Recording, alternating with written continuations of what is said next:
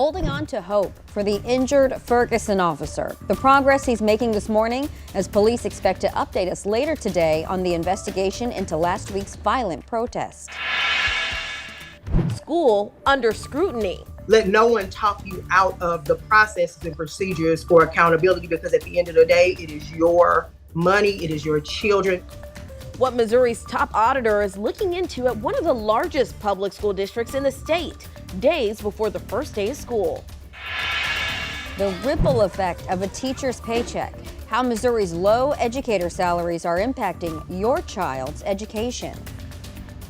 Presidential talks overshadowed by glitches. We cannot have her. She's incompetent. She's as bad as Biden. What you missed from former President Donald Trump and Elon Musk's X interview. More spotty showers until Thursday. That's our next weather impact alert day due to the risk of strong and severe storms. Having trouble falling asleep? The answer could be in what you eat. This is Today in St. Louis, focused on you.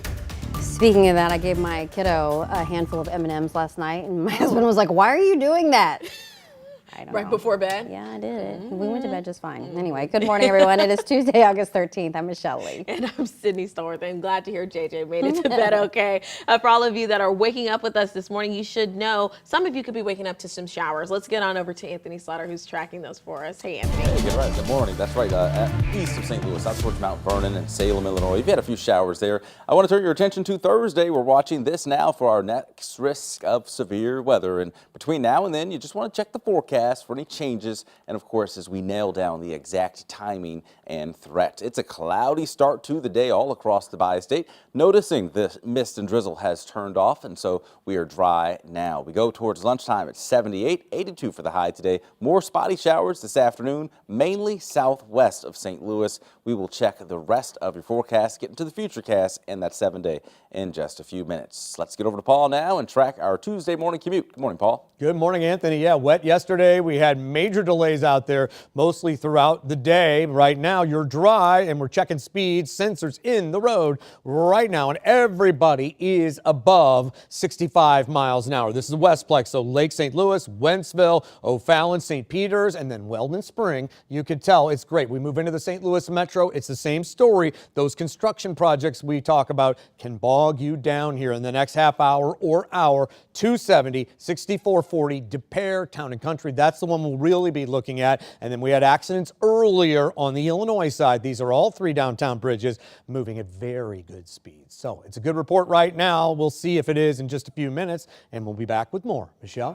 Thanks so much, Paul. Hours from now, the Ferguson Police Department will release more information about the injured officer who was seriously hurt last week.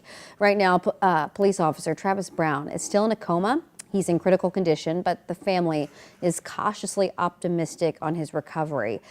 This began last Friday when a protester attacked him. He fell and he hit his head. The protester now faces charges for assault, resisting arrest, and property damage. The community has also rallied around Officer Brown.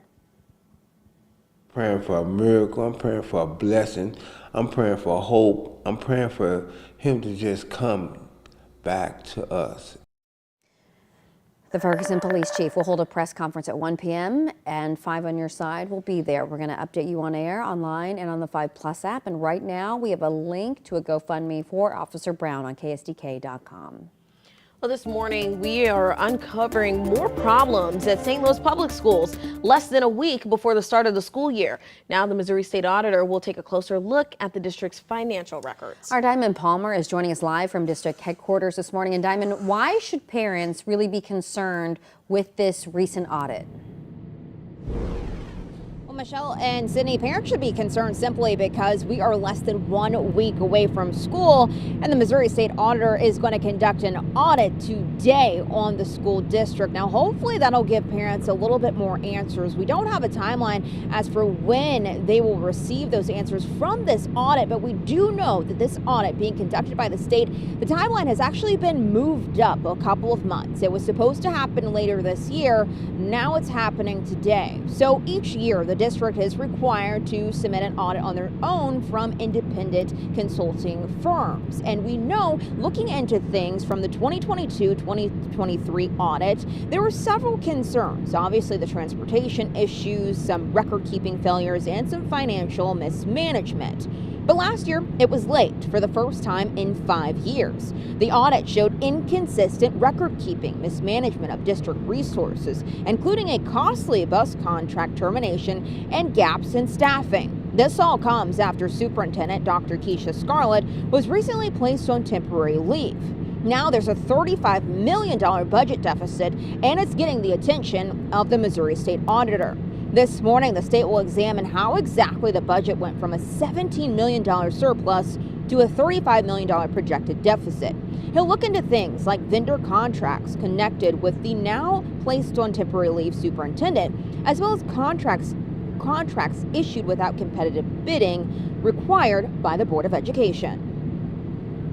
This school audit program is fairly new. It's really only been prioritized since I took office at the beginning of last year. And it's also one of the largest school districts in the state. You know, tremendous budget, lots of state taxpayer money in addition to the local taxpayer money going to the district. And so we update our audit plan every 6 months.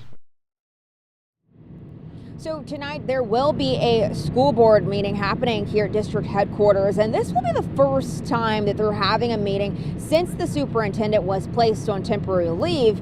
But the parents and community members say there will be a rally happening at the same time this evening at district headquarters at 6:30. Reporting live here in St. Louis, Diamond Palmer, 5 on your side. Thanks so much, Diamond. All right, worst paid in the nation. This morning, Missouri is struggling to recruit and retain teachers because of low salaries. And your kids' education, of course, could be paying the ultimate price. Our Mercedes McKay has been digging into numbers on both Missouri and Illinois. And Mercedes, you can talk about the major difference that we can see between the two states.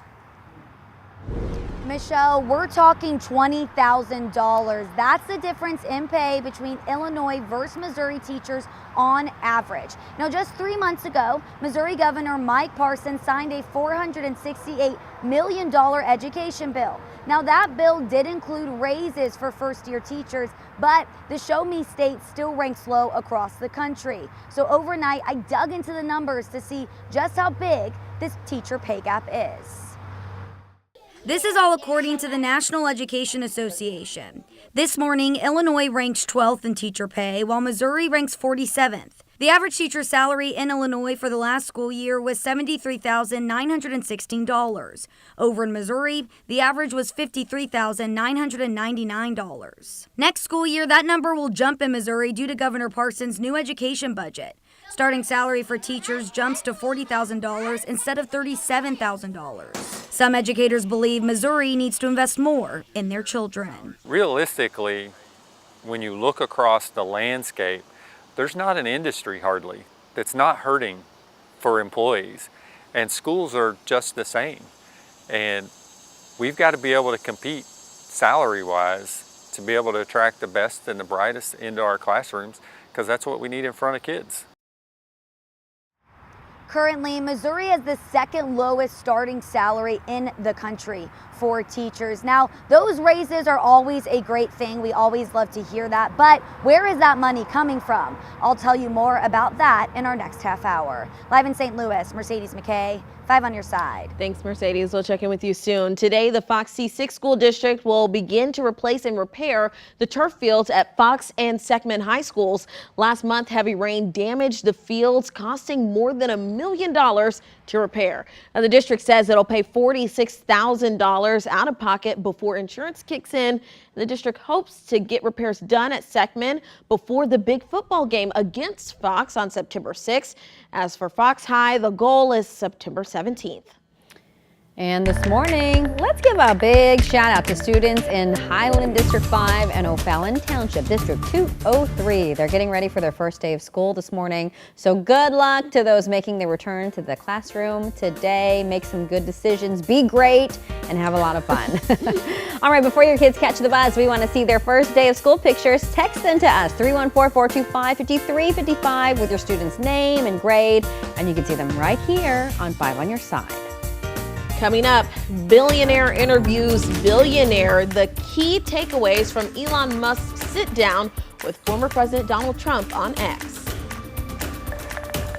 All right, the school bus forecast this morning mainly dry. The mist and drizzle has turned off. We're in the 60s to start, 78 by lunchtime, and dry through most of the day until this afternoon when more showers form up to 82.